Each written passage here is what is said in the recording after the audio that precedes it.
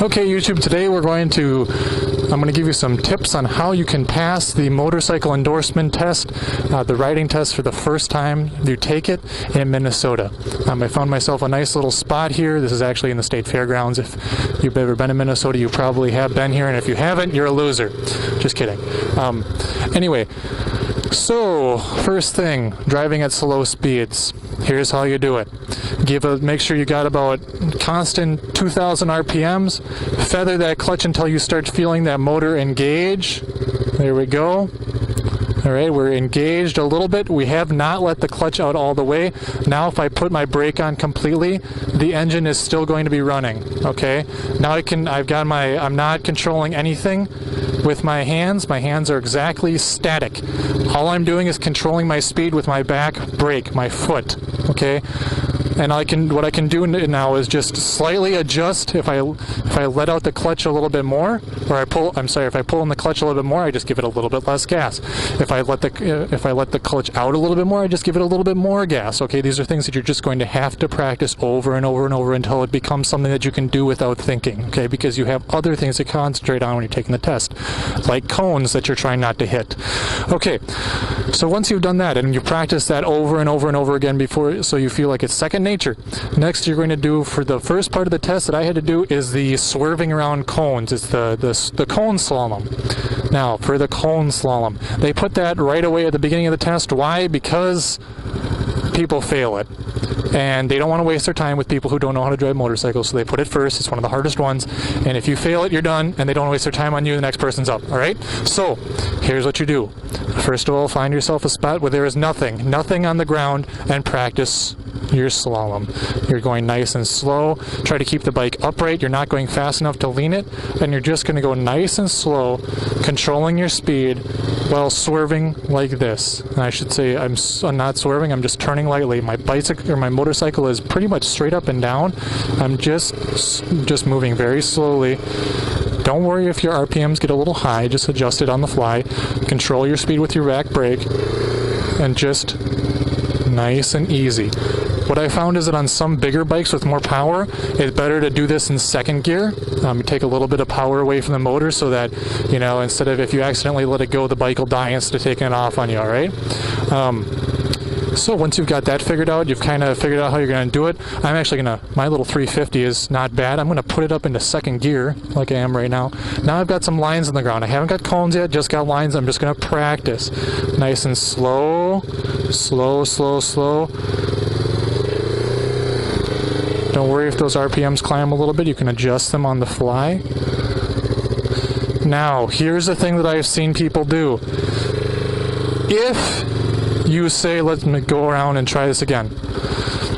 If, for example, you go a little wide on a cone, you don't stay close enough to the cone, what's going to happen is you're going to have to make a smaller radius turn, which is harder. So, for example, if I start out nice like this, I'm standing on one side of the cone, and then I really get out to the side. Now I have to really correct to get back, okay?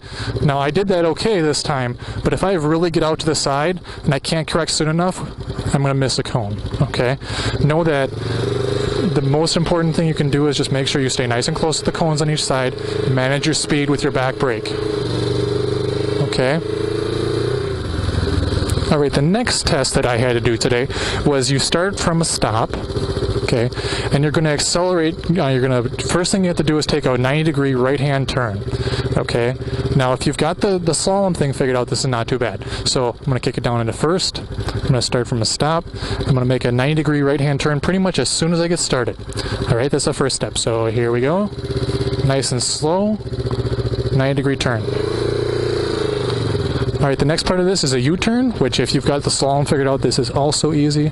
Nice, easy U-turn. And all you're going to do is stop with your wheel in the box. I don't have a box, but that part is easy. Just make sure you're not going too fast. So you can just literally inch up into the box, and when your front wheel is there, just go ahead and stop.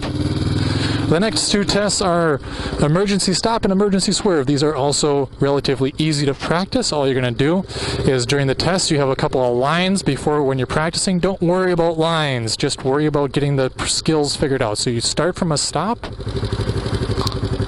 Give yourself a nice open space so you can practice this over and over again. Start from a stop. Accelerate up to about 15 miles an hour. Hold that for about 10 feet and then brake like this.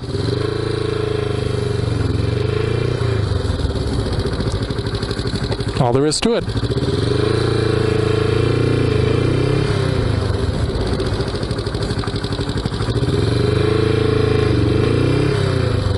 Now, the guy that went before me, he didn't get going fast enough, so he had to actually go back and do it again.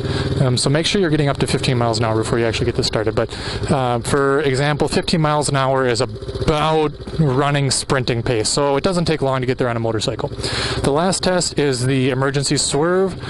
This is pretty easy. Just if you know how to counter steer, make sure you do it. Counter steering is just pressing on the handlebar in the direction on the. If you're going to turn right, you're going to press on the left handlebar first.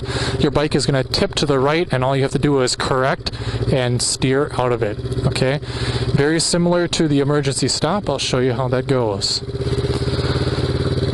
Again, practice, practice, practice. Make sure you never brake while swerving. Always separate braking and swerving. Okay, here we go.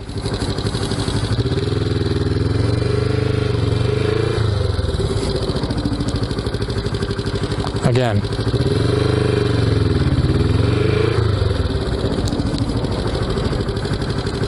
One more time.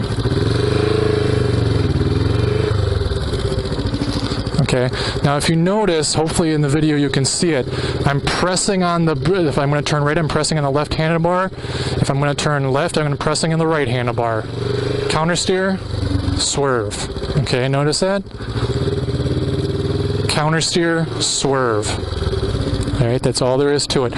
It doesn't make a whole lot of sense until you get onto a bike if you haven't done it before. But once you start riding, you'll know, oh, if I press on that left handlebar, the bike is going to immediately tip to the other way, and it's going to be really easy to do your swerving, all right?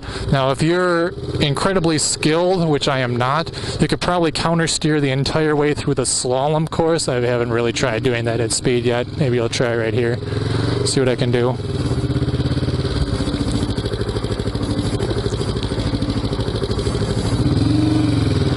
And if you wanted to go through the slalom course that fast, I suppose you could. But, you know, you could always mess up and then you look really stupid. So maybe not the best idea. Anyway, those are the tips for passing your test on the first try. I wish you luck. Make sure you get out there and practice a lot.